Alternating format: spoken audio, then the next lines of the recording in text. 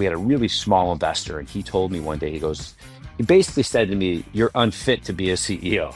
Like, you're an entrepreneur, but you're not a CEO, and you got to figure this out."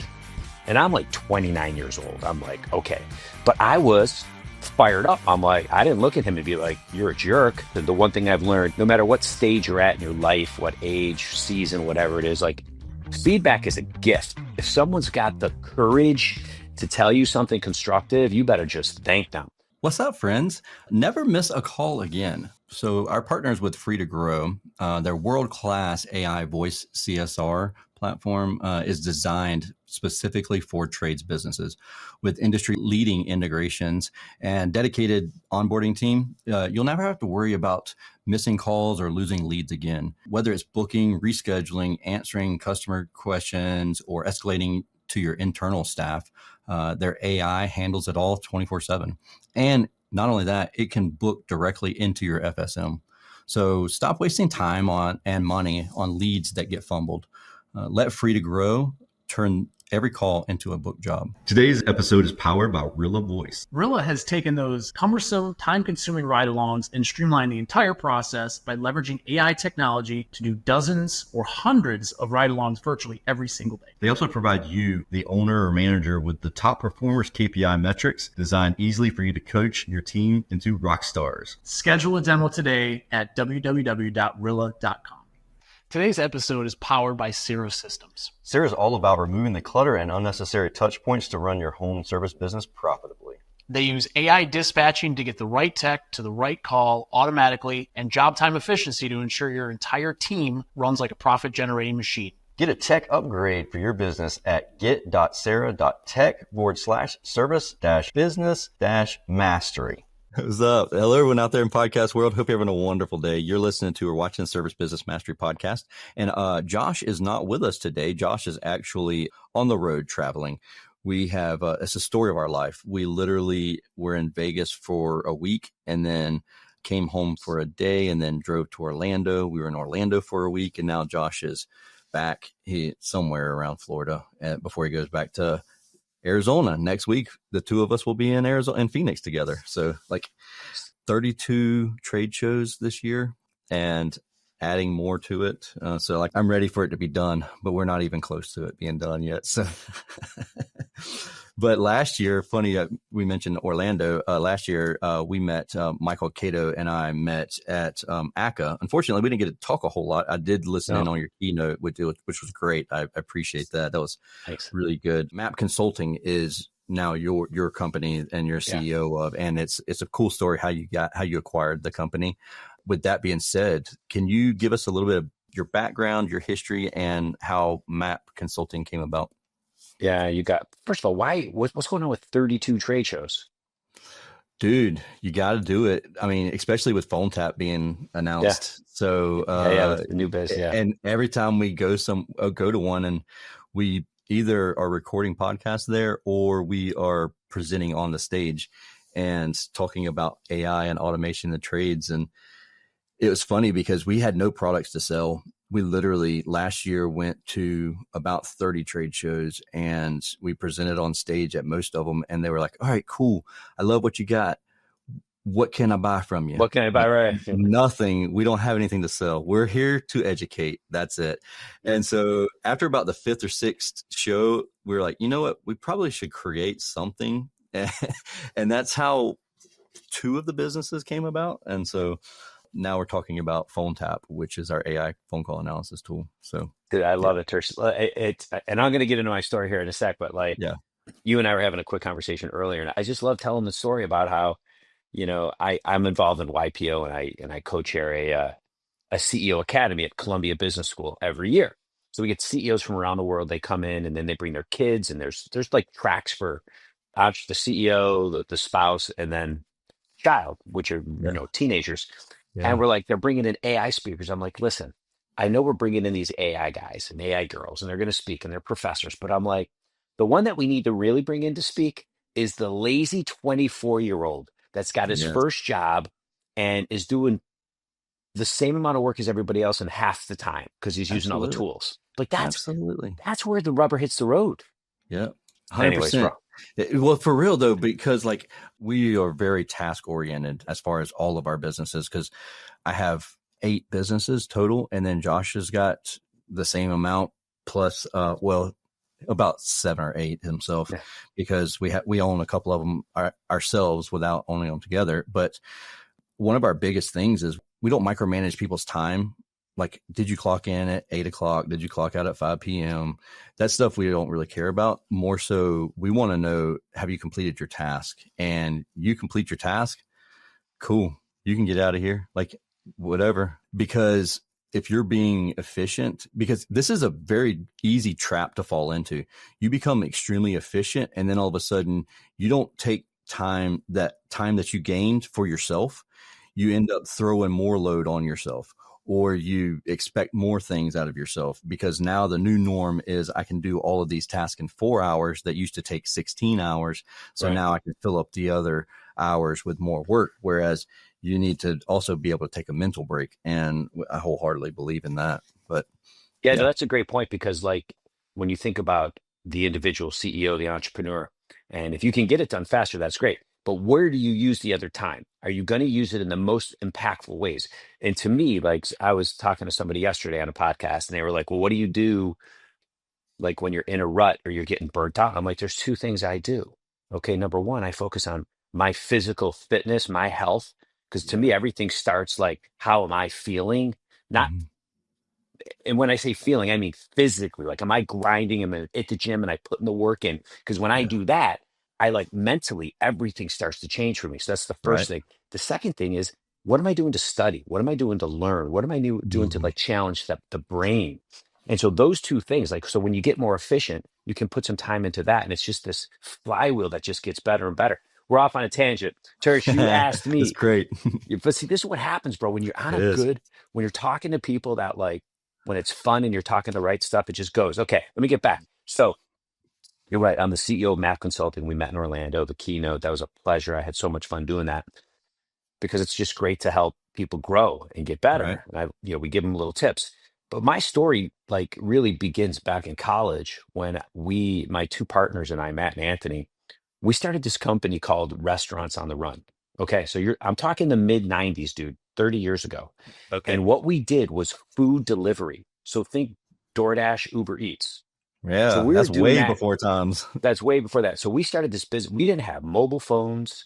We didn't have the internet, none of Man, that. So we're like, that was before even the touch to talk. Like, that was about bag phone times. that was, dude, we were using Motorola 2-way radios to That's it. communicate. And then it graduated to Nextel radios and eventually Yep. mobile phones. So we're doing everything by hand.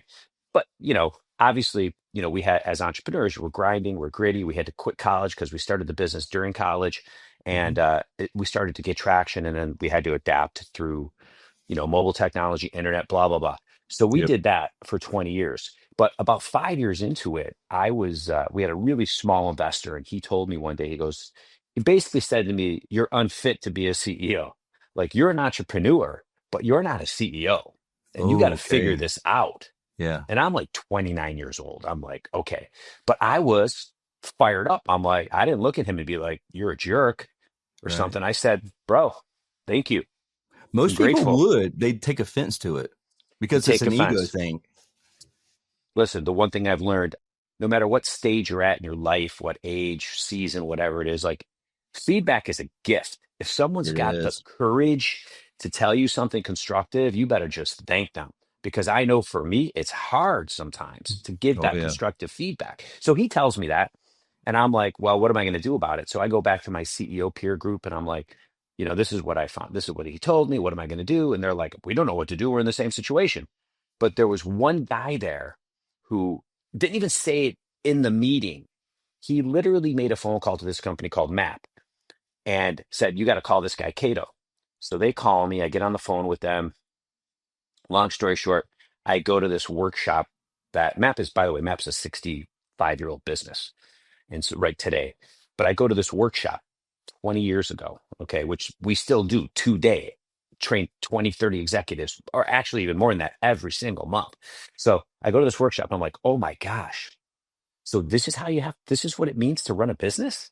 this is what it means to be a leader, a manager, and in my case, a CEO. They gave me this toolbox.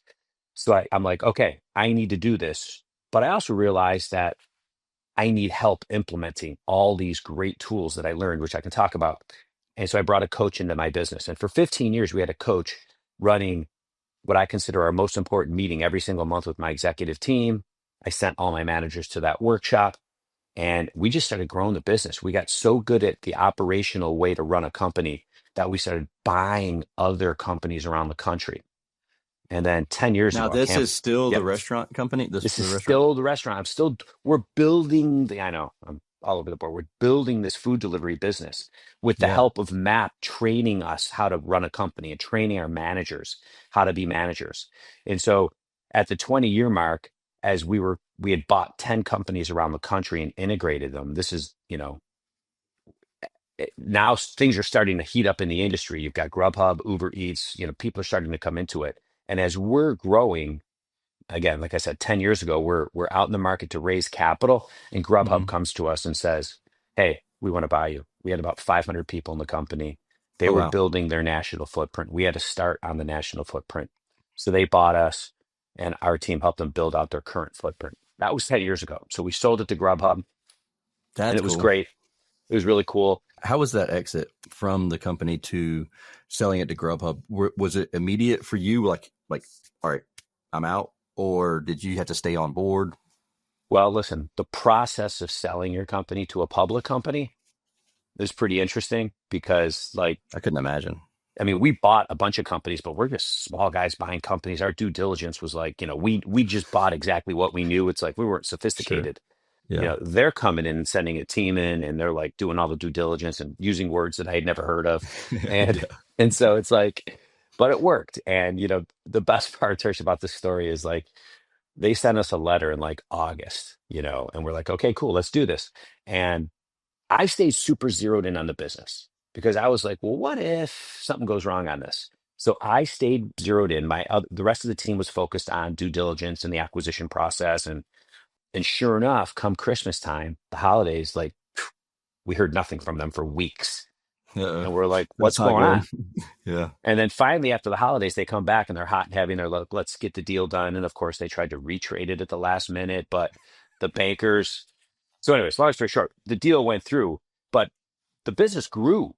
Like we had a $6 million, increase in our run rate for that just during that 6 months of due diligence, because we kind of stayed focused on the company. So now what happened whenever you did that? Because that's a concern, because like our company is on the market right now. One of our companies is on the market right now. And it's like, do I bring on more technicians because we need them right now? Or do I try and stay plateaued because we've got the valuation where it's at right now?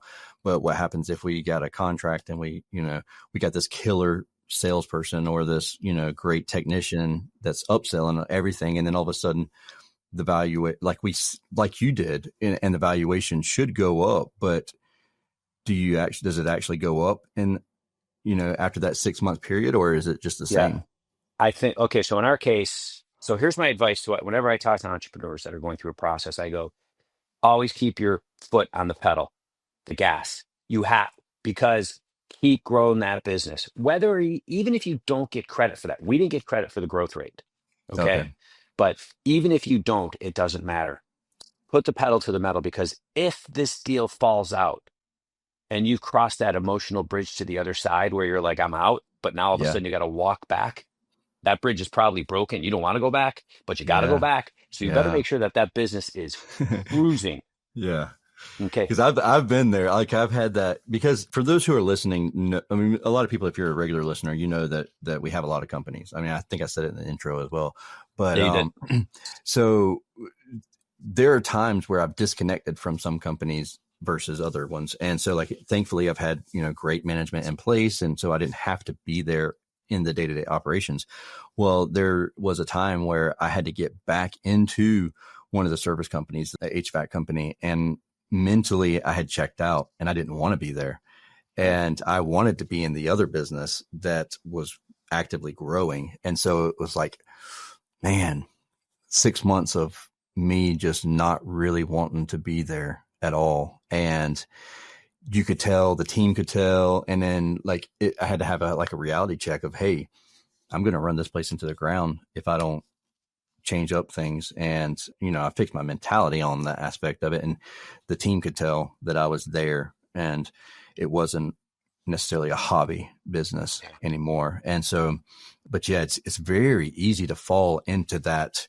Like you're in the mindset of it's getting sold or it's being run by itself. Like I don't have to be there anymore. And all of a sudden you're back in it. It's a gut punch because you done told people possibly that you weren't going to be there or whatever. And so, yeah, no, I 100% agree with you. Well, yeah. And then it's like you take it one step further and you're like, like I'm a big believer in like the CEO's got to be, you've got to be in your business, Now, once you have a lot of companies like you do, it's like, it's a different scenario. But if you're Right. like, probably a lot of the people listening to this podcast they got their one main company they're running. And it's like, they get it. There's this like kind of like fallacy out there in my mind that you're like, well, I can just be this vision guy and then I can have this operations person. And I'm like, let me tell you a little something about that. You got to be a combination of both. You've got to be you got to be talking about strategy. You got to be in the ecosystem. You need to understand the industry, but your ass better be in that business so that you can inspect what you expect from your people. You have to be able to talk the language. The one thing I learned along the way was our people want to know that the CEO's engaged. They need that. You can't be absent. You Even can't be if absent. you're physically there, but you're mentally checked out, you can tell. You totally can tell, man. And so it's like it gets back to what you asked me earlier. It's like we have to find our ways to be. Listen, there's no day offs as a CEO. If you make the decision that you want to be an entrepreneur and you want to be a CEO, you got to accept the good with the bad because there's some other shit that comes with it that isn't fun, but you made your choice. So you got to accept everything that comes with it, which means we got to do those things like I talked about earlier. For me, physical exercise and mental stimulation, studying, that's what keeps me hot, keeps me on my game. I want to give a huge shout out to Marcus Storm for sponsoring today's episode. You've heard of Google ads, Facebook ads, and SEO, but did you know that there's an entire ecosystem, like 80% of the internet, that ads can be served on that you barely heard about? That's where Marcus Storm operates. They leverage data science and AI to build customer profiles for your ideal customers and get your ads in front of prospects before they are ready to hire a pro, planting your brand in their minds early and often. To chat with a team about how they can help you grow your business, visit marcusstorm.ai. Yo, Joshua, really fast, I want to talk about online scheduling for the trades and how they should be affordable, effective, and easy to manage. Let's take a really quick second here to share a little bit about the latest group of experts that we've teamed up with, Autobot.ai. Our team of industry experts has developed a best-in-class scheduling app that seamlessly integrates with your CRM. Every booked job goes directly into your software and becomes one of our advanced marketing analytics, which is really cool. We can automatically select the marketing campaign of your choice based on how the customer came to your site. Yeah, Tersh, those industry-leading analytics tells you everything that you're going to want to know about your lead, where they came from, what they did before scheduling, and what page they converted on, plus other things. On average, about 75% of people who start a booking with our app complete it, but we'll give you a more granular reporting that shows conversion rates based on marketing source and medium to help improve your marketing efforts. So honestly, with no contracts, affordable monthly rates, and you really don't have anything to lose. And so it's a great program to try out. And if you use SBM, when you go to sign up for it, you'll actually save $1,500 on the setup fees. So honestly, give it a shot. Tell us what you think. Today's episode is brought to you by one of our show partners, Upfrog. Upfrog is the OG when it comes to pricing transparency online. They find system replacement leads through paid ads and have developed an entire system to drive those hard-to-find system replacement opportunities, nurture the leads, and book them into sold systems before your team arrives to help you grow your business. Learn more at upfrog.io. You mentioned that the mental and physical, and I want to plug Josh and his wife, Brittany. They actually are on the very last week of 75 Hard. Are you familiar with that? Oh, yeah, totally. Uh-huh. It's really cool watching him read books, like actually read the books, because he and I, we listen to books all the time, but we're both terrible about making the excuse as to like, we're so busy, we can't take the time to read. And so we actually, like, I've picked up a couple extra books. If you look behind me, you can see a ton of books on my shelf that I've read, but I picked up the 4 Hour Body because I've read the 4 Hour Work Week multiple times. Tim Ferriss. Yeah, Tim Ferriss. Yeah. And I picked up the 4 Hour Body, and it's a massive book. And I'm like, oh God, what did I do here? Like, what mistake did I make? But it's really interesting. I mean, you read 10 pages a day, get into that habit of just reading. And all of a sudden, like, I'm reading things and it's like, oh yeah, that's a really good idea. And not for me, it's a struggle because I have dyslexia, but I'm really actively trying to work through that. I've been doing that for years now, but good for you. Good for you. Wow. It's really cool to hear you say that, like, working out, because Josh has worked out. You can tell he's so much more productive since he's been doing the 75 hard, even though he's been working out for, several years before that, but to put in place, the mental side of things as well is really cool. Yeah. It's all of this stuff we're talking about. It just all comes down to habits in your life. Like, what are the routines? Like I have 3 teenage boys. Okay. Oh, cool. I have one too. Oh, you do? Okay. At any given point right now, by the way, we're live. So, like, I'm in my home office and there could be a complete fight that erupts in the room next door to me in a minute when they wake up. Yep. And so, or they could just come in here and pop in and be saying, hey, what's up? Yeah. Anyways.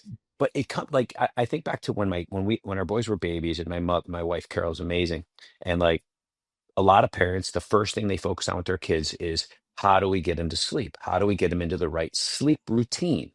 How do you get them going 7 to 7, which is a process to get them into that routine, because obviously it's good for the kid and it's good for the marriage. And so, but people forget sometimes, like, as we get older, with kids, we always put routines in. When they wake up, we remember all those checklists we had every night, it's like, oh, here's all that stuff. Okay. Well, it's the same thing. As we get older, we forget that life is about routine and habit. And the more routine and habit we have, the more freedom and flexibility we have in our life, the less stress we have. So it's like, as we get older, we have those routines. Same thing with working out. Like, when you get up, when you work out, what you eat, when you eat, all that stuff, man, all that does is just make us more productive. And that's what makes 70, 75, strong, hard. That's how it makes that program so effective. And it just helps us to get those routines back in our life and those habits back in our lives. So let me ask you something. You mentioned earlier that you went to your mentor or the guy that was in that group with you, mentioned that you're not a CEO. Yeah. My investor. Mm-hmm.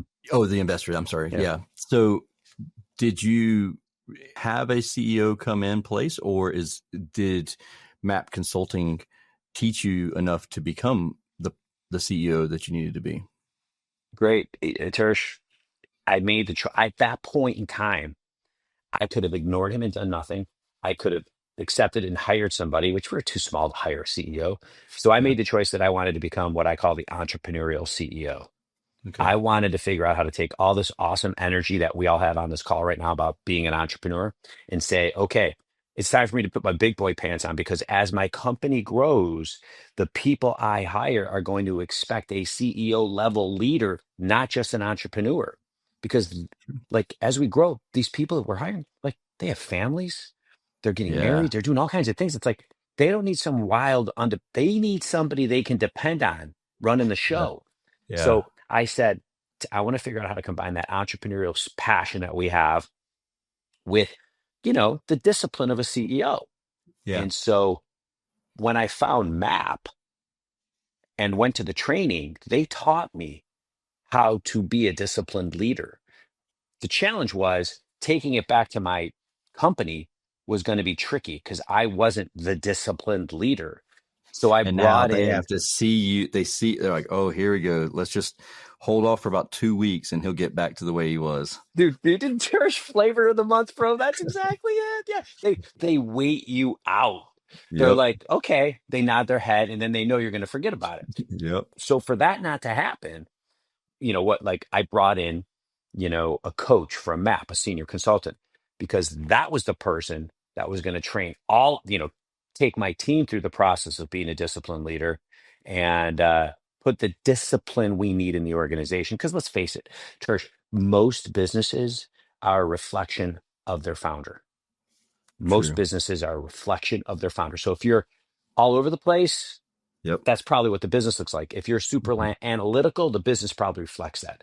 So you got to find a way to put it together. And I couldn't do it. I needed help. So that's why I brought a coach in to help us really get focused on the right things in our business. So what do you think about the thought process of like Michael Gerber and like the E-Myth Revisited? So in the book, he's very clear with, you have a technician and you have a manager and you have an entrepreneur. I think he may have said you can't have all three in one person, but I think towards the end of the book, he revised it and said it's very rare to be able to have the three of them or even two of them in one person. And kind of what you described is the entrepreneur and the manager being combined in one. So do you think that that's possible to be done by anybody, or were you lucky being able to do both of those? I do think there is a small subset of entrepreneurs that are like, I just don't want it. Sure. And they're just always going to be the entrepreneur, and maybe, like, and so maybe they got to hire somebody however that works here. But what I found pretty universally across the board is every entrepreneur needs to, like every CEO, every entrepreneur needs to understand what we call it, Matt, the 6 functions that every manager has. Okay. So there's things that every business has to do, every manager has to do. So to answer your question, yeah, an entrepreneur can learn how to manage. And manage, the word manager seems like a bad word. Like, it's not, dude. Like, if you're a CEO, if you're an entrepreneur, like I said, there's 6 things in management you've got to get right. All right. And so we can do it. It just takes discipline and it takes a coach. You got to get trained, you got to implement, and it's really hard to implement anything in life without a coach that helps you get better. I think one of the things about the coach, if nothing else, is the accountability aspect of it. Bingo, dude, you got it. Exactly. Yeah. So that's exactly it. Could you share a couple of the 6 functions that you mentioned?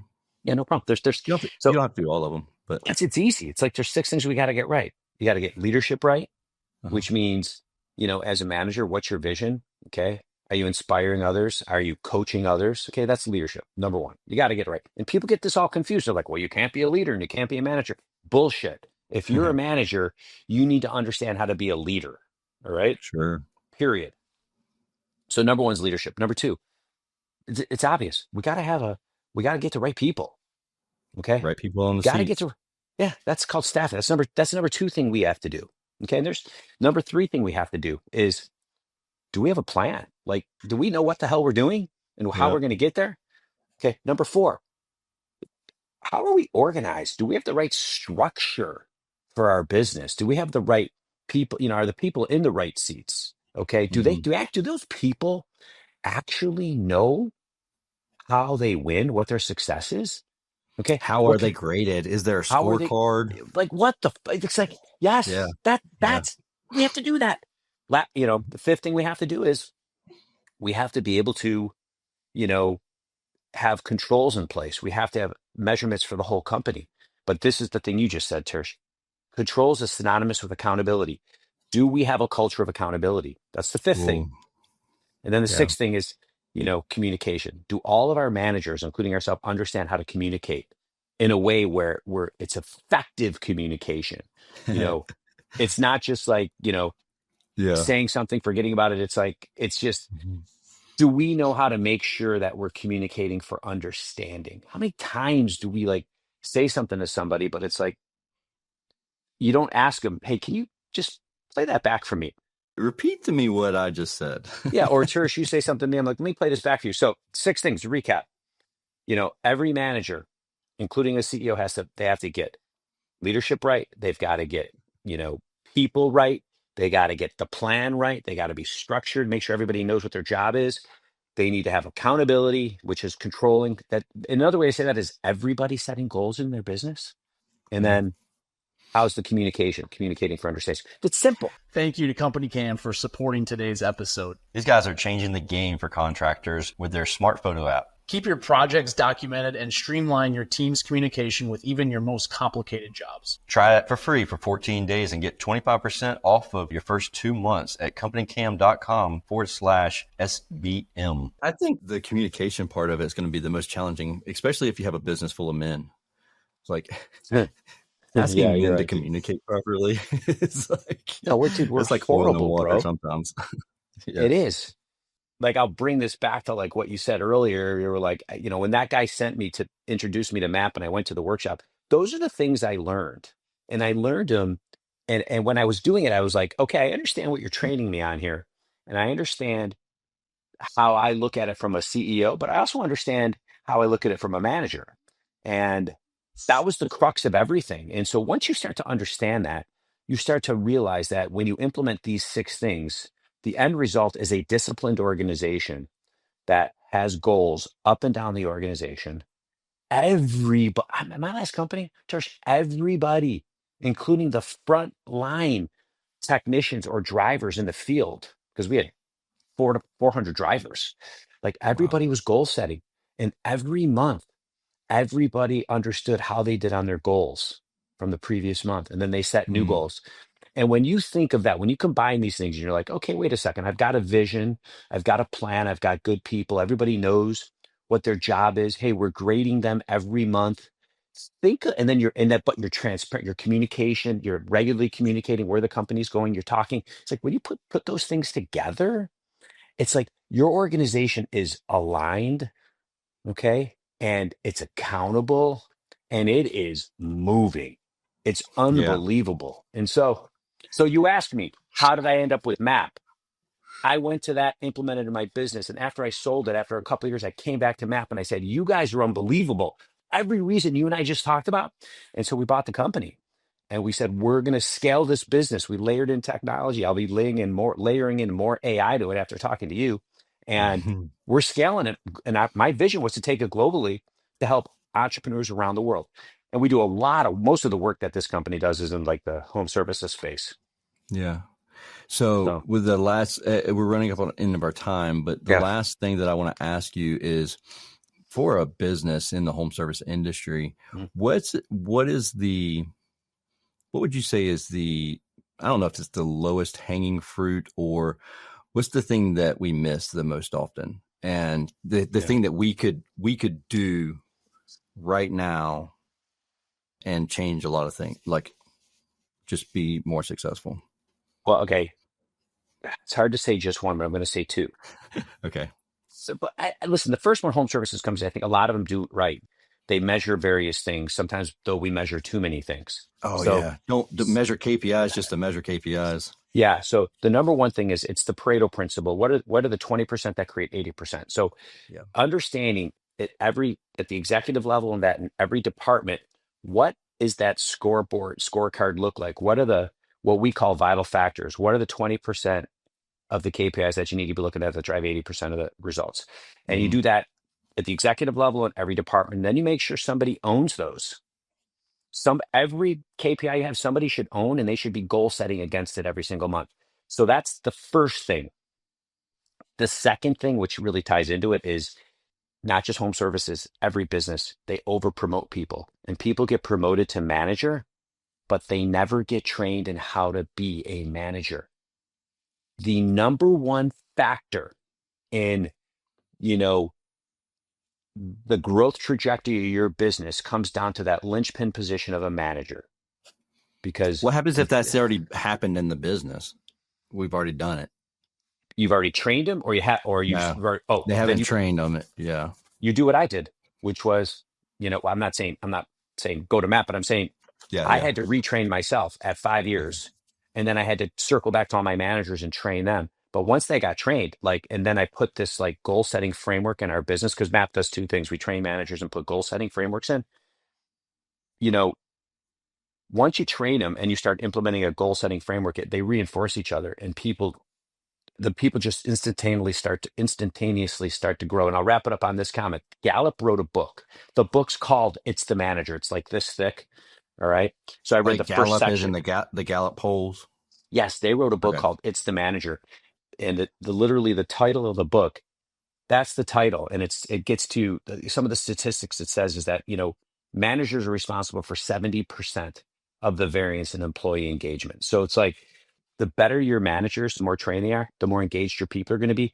And it's just going to drive productivity and profitability. So yeah, I can't believe it took us 31 minutes to get to the first thing you said you wanted to talk about, because we're having way too much fun talking about everything else, dude. I know, man. We could talk for hours. I we'll do it appreciate again. you hanging out with us. No problem, absolutely. CJ Todd in the chats over here on the side, he actually, I'll put it up on the screen. So he just did an interview with Breezy HVAC Insider Series. I saw that, he had Rick on. Rick Guttman. Yeah. Yep. Yeah. Oh, look at that, dude. What's up, guys? Just had Rick Guttman on the Breezy HVAC Insider Series. Map is legit. Oh, thanks. Yeah. Thanks, CJ. Yeah, Rick's one of our senior consultants. He's amazing. He just did that webinar. I heard it was great, CJ. Like a whole bunch of people wanted to learn more about the Monday morning action plan and stuff like that. So oh yeah, that's cool, Tersh. That's awesome, man. That's real time. I love that. I appreciate you hanging out with us. But if people want to learn more about you and MAP Consulting, what's the best way for that to happen? Well, if you want to learn more about MAP, you can go to mapconsulting.com. I'm on LinkedIn. Michael Caito, CEO MAP Consulting. I've got content coming out. This right here, this will be cut up and probably put on there. We always have content coming out on a regular basis, and bro, I'm here, happy to help, man. My whole ecosystem is around working with entrepreneurs and CEOs, and let's just get better. Let's just grow. Let's do it. I appreciate you, buddy. Okay, good time. Thanks, man. Yeah, buddy. See you.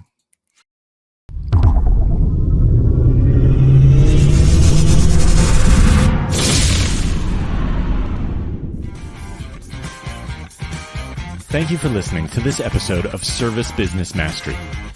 Now that you are equipped with essential business advice from this impactful conversation, you are one step closer to becoming the successful owner of your dreams. If this episode has been helpful to your business journey, don't forget to subscribe to the show, leave a rating, and share it with other owners as well. Visit servicebusinessmastery.com to learn more.